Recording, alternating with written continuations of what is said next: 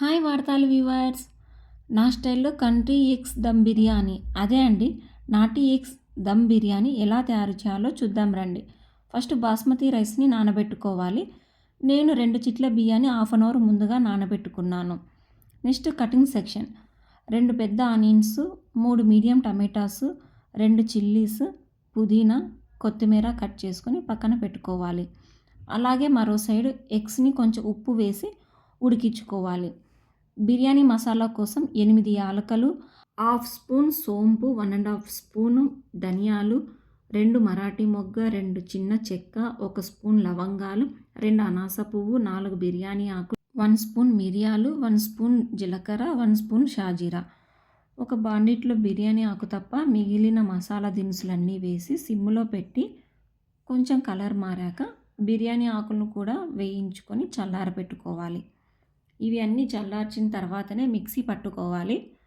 ఉడికించిన గుడ్లలోని వాటర్ని తీసేసి ట్యాప్ వాటర్ని పట్టి నేను చూపించిన విధంగా ఎగ్స్ని కింద పెట్టి రోల్ చేస్తే షెల్ త్వరగా నీట్గా వస్తుంది. ట్రై చేసి చూడండి. మరో సైడు పెద్ద గిన్నెలో నీరు ఎక్కువగా తీసుకొని, అంటే రైస్కి త్రిబుల్గా తీసుకొని 4 స్పూన్ల కల్లుప్పు వేసుకున్నాను. అందులో మసాలా దినుసులు, కొంచెం పుదీనా, కొత్తిమీర, 2 స్పూన్స్ ఆయిల్ వేసి వాటర్ని బాగా మరిగించుకోవాలి. అలాగే మరో సైడు బిర్యానీకి సరిపడా గిన్నె పెట్టి అందులో సరిపడా ఆయిల్ వేసుకొని తరిగి పెట్టుకున్న ఆనియన్స్ అన్నీ వేసి వేయించుకోవాలి. ఈ ఆనియన్స్ అన్నీ మంచి గోల్డెన్ కలర్లోకి వచ్చేంత వరకు వేయించుకొని కొన్ని ఆనియన్స్ని సైడ్ తీసుకోవాలి. ఫ్రైడ్ ఆనియన్స్ని సపరేట్గా వేయించుకోకుండా ఇలా చేస్తే సరిపోతుంది. టైం కూడా చాలా సేవ్ అవుతుంది.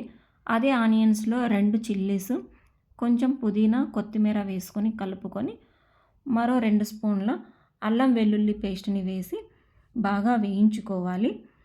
ఇలా అల్లం వెల్లుల్లి పేస్ట్ అంతా వేగిన తర్వాత 1 స్పూన్ ధనియాల పొడి, హాఫ్ స్పూన్ జీలకర్ర పొడి, మిక్సీ పట్టిన బిర్యానీ పొడిని కూడా 2 స్పూన్లు తీసుకున్నాను. ఇది బాగా వేయించుకొని అలాగే 1 స్పూన్ కారం పొడి యాడ్ చేస్తున్నా. ఇక్కడ మీకు తగినంత కారం యాడ్ చేసుకోవచ్చు. అలాగే నెక్స్ట్ కట్ చేసిన టమాటా ముక్కల్ని కూడా వేసి కొంచెం కలుపుకొని కల్లుప్పు వేసి బాగా మగ్గించుకోవాలి. ఆల్రెడీ బిర్యానీ రైస్ ఉడికిచ్చే వాటిలో 4 స్పూన్ల ఉప్పు వేసుకున్నాము. ఇక్కడ టమాటాస్కి సరిపడ ఉప్పు మాత్రమే వేసుకోవాలి. మరో సైడు మరుగుతున్న వాటర్లో బిర్యానీ రైస్ను వేసి 70% వరకు రైస్ను ఉడికించుకోవాలి. అలాగే ఒక ప్లేట్లో నాటి ఎగ్స్ని హాఫ్కి కట్ చేసి సైడ్కి పెట్టుకోవాలి. టమాటోస్ని మరోసారి కలుపుకుంటూ అవి మగ్గేలోపు మంచి క్వాలిటీ ఉన్న కుంకుమ పువ్వుని కొంచెం తీసుకొని మరో సైడు ఉడుకుతున్న బిర్యానీ రైస్లోని వాటరు 2 గరిటెలు మైనా తీసుకోవాలి. అందులో 1 స్పూన్ నెయ్యిని యాడ్ చేసుకుంటున్నాను. మీకు నచ్చినంత నెయ్యిని యాడ్ అయితే చేసుకోవచ్చు. ఇలా వేసుకొని బాగా కలుపుకున్న తర్వాత నెయ్యి అంతా కరిగిపోతుంది. దీన్ని పక్కన పెట్టుకోవాలి. Okay, back to biryani pot. 3 గరిటెల పెరుగుని యాడ్ చేసి బాగా కలుపుకోవాలి. అలాగే మరో సైడు స్టవ్ మీద ఉన్న బిర్యానీ రైస్ని 70% ఉడికిన తర్వాత వాటర్ని స్ట్రెయిన్ చేసి పక్కన పెట్టుకోవాలి. నెక్స్ట్ టమాటా పేస్ట్లో నూనె పైకి వచ్చాక పుదీనా, కొత్తిమీర వేసి కట్ చేసిన ఎగ్ పీసెస్ని నేను చూపించిన విధంగా ఒకదాని తర్వాత ఒకటి పెట్టుకొని దాని మీద ఉడికిన బిర్యానీ రైస్ని 1 లేయర్గా వేసుకోవాలి. ఇది గిన్నె అంతా పరుచుకోవాలి. దాని మీద పుదీనా, కొత్తిమీర, ఫ్రైడ్ ఆనియన్స్ వేసుకోవాలి. నెక్స్ట్ లేయర్ కోసం మిగిలిన రైస్ అంతా వేసేసి నీట్గా పరుచుకొని దాని మీద పుదీనా, కొత్తిమీర, ఫ్రైడ్ ఆనియన్స్ వేసి కుంకుమ పువ్వు వాటరు పైన చల్లుకోవాలి. ఈ కుంకుమ పువ్వు వాటర్ వలన మంచి కలరు, ఫ్లేవరు వస్తుంది. మంచి క్వాలిటీ ఉన్న కుంకుమ పువ్వు వలన టేస్ట్ కూడా చాలా ఎన్హాన్స్ అయితే అవుతుంది ఖచ్చితంగా. గిన్నెకి సరిపడ ప్లేటును పెట్టుకోవాలి.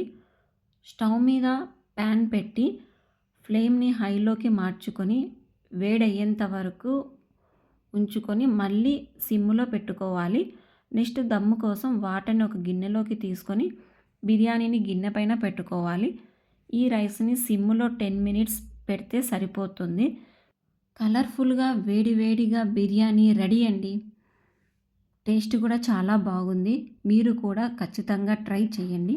ప్లేట్లోకి సర్వ్ చేసుకొని ఆనియన్స్తో తింటే ఎంతో రుచిగా ఉంటుంది ఈ country eggs dum biryani. Please like, share and subscribe to వార్తాలి వ్లాగ్స్.